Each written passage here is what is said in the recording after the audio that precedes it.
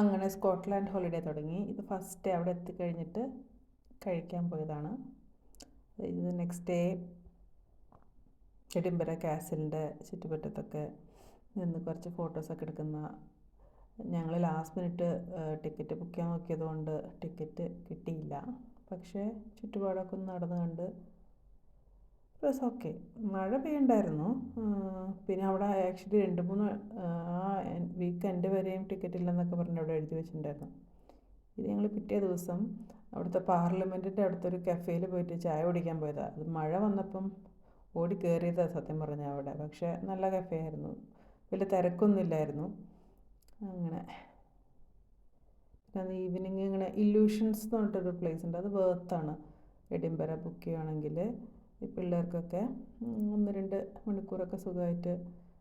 ഇൻഡോറുമാണ്. അപ്പം വെതർ അത്ര നല്ലതല്ല എന്നുണ്ടെങ്കിൽ നമുക്ക് അകത്ത് കയറി ഇങ്ങനെ ഒരു 5 നിലയായിട്ടാണ് അവരുടെ. നല്ല രസമുണ്ട് അത് കാണാനൊക്കെ ആയിട്ട്. അങ്ങനെ അവിടെ കിടന്ന് ആർമാദിക്കുന്നതാണ്. അങ്ങനെ ഒരു സൈഡിൽ കൂടെ തലയിട്ട് കഴിഞ്ഞാൽ മറ്റേ മിററിൻ്റെ ഇത് വെച്ചിട്ട് 5 തല കിട്ടും. അങ്ങനത്തെ പിക്ചർ എടുക്കാം. അങ്ങനെ കുറേ ഇതുകളൊക്കെ ഉണ്ടല്ലോ. ആരവൊക്കെ ഭയങ്കര ഇഷ്ടപ്പെട്ടു.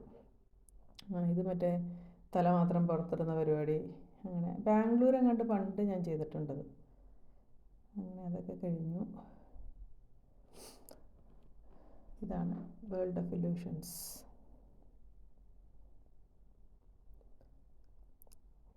കഴിഞ്ഞ് പിന്നെ ട്രെയിൻ യാത്ര. എന്താണ് ഇത് എന്താണെന്ന് പേര് ഓർമ്മ വരുന്നില്ല. ഇതിങ്ങനെ മെറ്റൽ വെച്ചിട്ടുണ്ടാക്കിയതാണ് ഒരു സ്ട്രക്ചർ.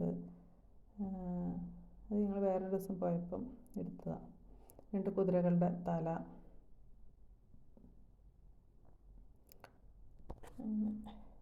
സത്യം പറഞ്ഞാൽ എല്ലാ ദിവസവും തന്നെ മഴയൊക്കെ ആയിരുന്നു. എങ്കിലും ഉള്ളതൊക്കെ വെച്ചിട്ട് കോട്ടൊക്കെ ഇട്ട് തൊപ്പിയൊക്കെ വെച്ച് അഡ്ജസ്റ്റ് ചെയ്ത് നിന്നു.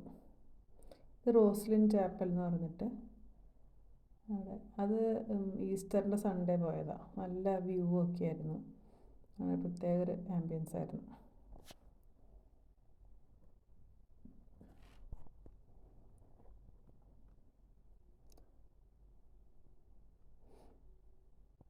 ഫോട്ടോ അത്ര ക്ലിയർ ആയില്ലെന്ന് തോന്നുന്നു, എന്നാലും കുഴപ്പമില്ല.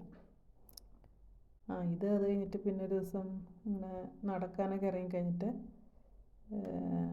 ഈ റോസ്ലിൻ ചാപ്പലിൻ്റെ അവിടെ അടുത്ത് തന്നെ ഒരു സ്ഥലത്ത് ഇങ്ങനെ ഹൈക്കിങ് പോലെയൊക്കെ കയറാൻ പറ്റി. ഇത് ഞങ്ങൾ ഒരു സിറ്റി സെൻറ്ററിൽ പോയപ്പം ലെഗോ ടെക്നിക്കിൻ്റെ പിക്ചർ എടുത്ത്. ഇത് ഞങ്ങൾ ഈസ്റ്ററിൻ്റെ അന്ന് ഒരു ഡിന്നർ പോലെ കഴിക്കാൻ പോയതാണ് ഒരു മോളിൽ.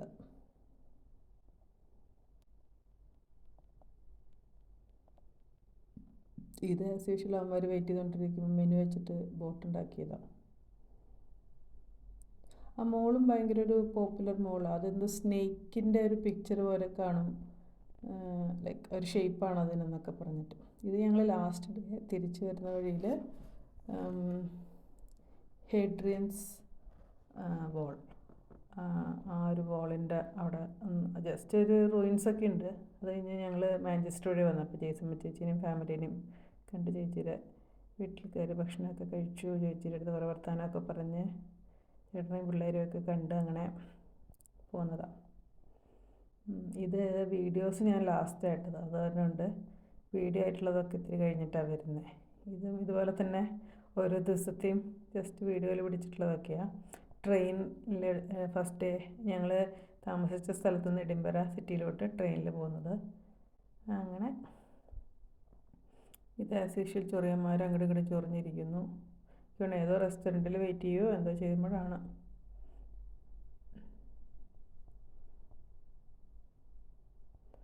ട്രെയിൻ കാത്തിട്ടുള്ള നിൽപ്പാ. 1/2 hour ഫ്രം ഞങ്ങളുടെ ഇതായിരുന്നു.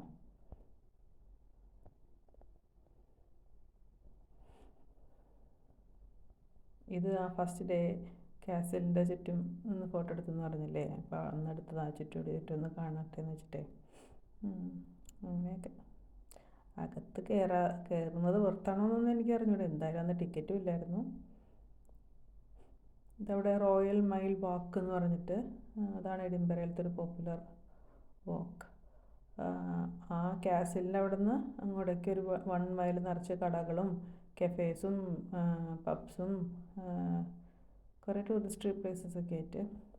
ഇത് പിന്നെ ആർത്തേഴ്സ് ഹൈക്ക് എന്ന് പറഞ്ഞിട്ട് ഇങ്ങനെ ഒരു ഹൈക്കിങ്ങിന് ഒരു ഓപ്പർച്യൂണിറ്റി ഉണ്ട്. അപ്പോൾ അവിടെ ഈ പറഞ്ഞ കാസലിൻ്റെ അവിടെ നിന്നൊക്കെ ഒരു 10 അരമണിക്കൂറൊക്കെ നടന്നു കഴിയുമ്പോഴത്തേനും ഇതുണ്ട്. പക്ഷെ ഭയങ്കര മഴയായിരുന്നു അവിടെ. ഞങ്ങൾ ഹൈക്ക് ചെയ്ത് മുകളിലെത്തി.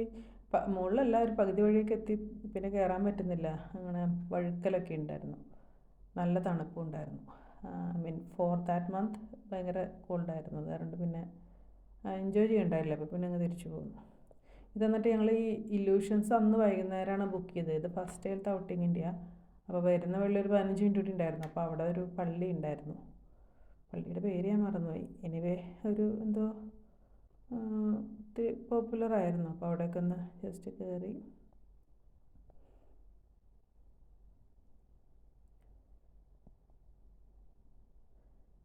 അതിൻ്റെ മറ്റേ എന്താ പറയുക, ആർക്കിടെക്ചറൊക്കെ ജസ്റ്റ് ഒന്ന് ക്യാപ്ചർ ചെയ്ത് വെച്ചതാണ്.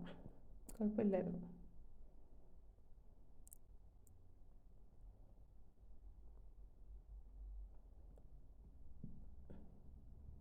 ഇത് വീണ്ടും ആ ഇല്യൂഷൻസിൻ്റെ വീഡിയോസായിട്ട് എടുത്തിട്ടുള്ളതേ, വീണ്ടും വന്നത് അതിനകത്തോട്ട്.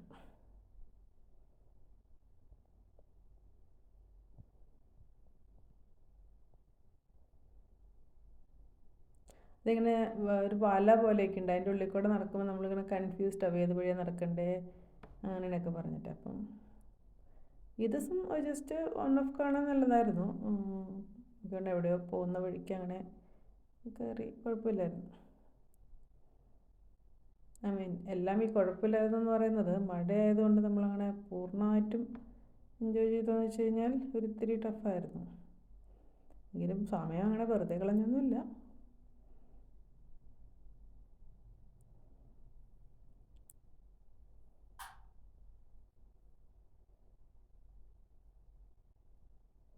ഇതാ ഒരു പള്ളിയിൽ പോയി എന്ന് പറഞ്ഞില്ലായിരുന്നോ, അതിൻ്റെ ചുറ്റുപാടുള്ളതാണ്.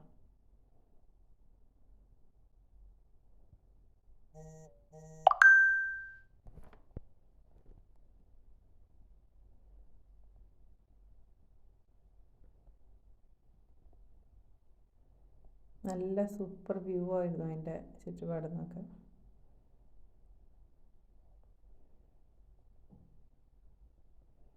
ഇത് പിന്നെ എനിക്കൊണ്ട് പിറ്റേ ദിവസം ഞങ്ങൾ ഹൈക്കിങ്ങിന് പോലെ പോയെന്ന് പറഞ്ഞില്ലേ, അവിടെ സ്റ്റാർട്ടിങ് പോയിൻ്റ് കണ്ടുവരുന്നത്. നല്ലൊരു പുഴയും അങ്ങനെ ഒരു വാക്കിംഗ് ഏരിയ ഒക്കെ ആയിട്ട് ഒരു ഹിഡൻ ജെം പോലെ നല്ല കുഴപ്പമുണ്ടായില്ല, നല്ല രസമായിരുന്നു കാണാൻ. കല്ലെറിഞ്ഞ് എവിടെ വരെ എത്തും എന്നൊക്കെ ഇങ്ങനെ നോക്കിക്കൊണ്ടിരിക്കുക, ആരാണ് ഏറ്റവും സ്പീഡിലെറിയുന്നത്, അതിൻ്റെ മത്സരമായിരുന്നു.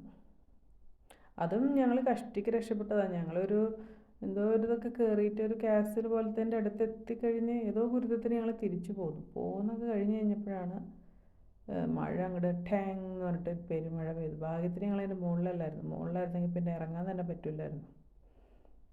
അത്ര വലിയ പോപ്പുലർ സ്ഥലമൊന്നും അല്ലാത്തതുകൊണ്ടേ ഈ വലിയ സ്റ്റെപ്പും അതൊന്നും വലിയ ക്ലിയർ ആയിരിക്കത്തില്ല. ഇത് എനിക്കാണ് ജെയ്സമ്മ ചേച്ചിയുടെ വീട്ടിൽ പോയില്ലേ, അവരുടെ വീട് മാഞ്ചസ്റ്റർ എയർപോർട്ടിൻ്റെ ഭയങ്കര അടുത്താണ്. അപ്പോൾ എമിറേറ്റ്സ് ഇങ്ങനെ വന്ന് ഇറങ്ങുന്നത് ഭയങ്കര ഒരു കാണേണ്ട കാഴ്ചയാണെന്ന് പറഞ്ഞിട്ട് ഒരു 10 മിനിറ്റ് അവരുടെ വീട്ടിൽ നിന്ന് നടന്നാൽ മതി.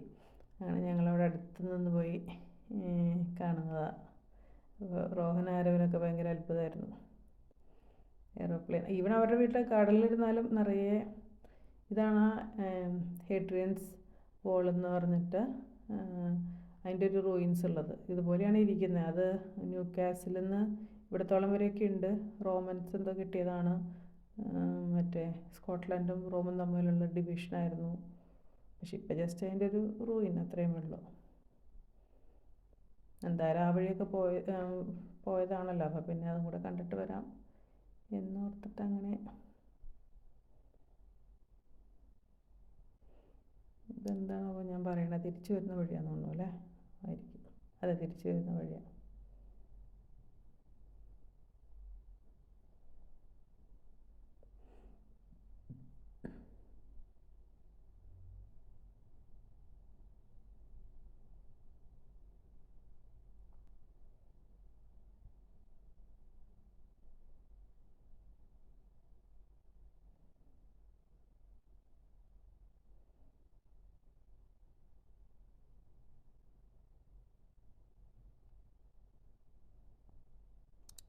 Okay then bye.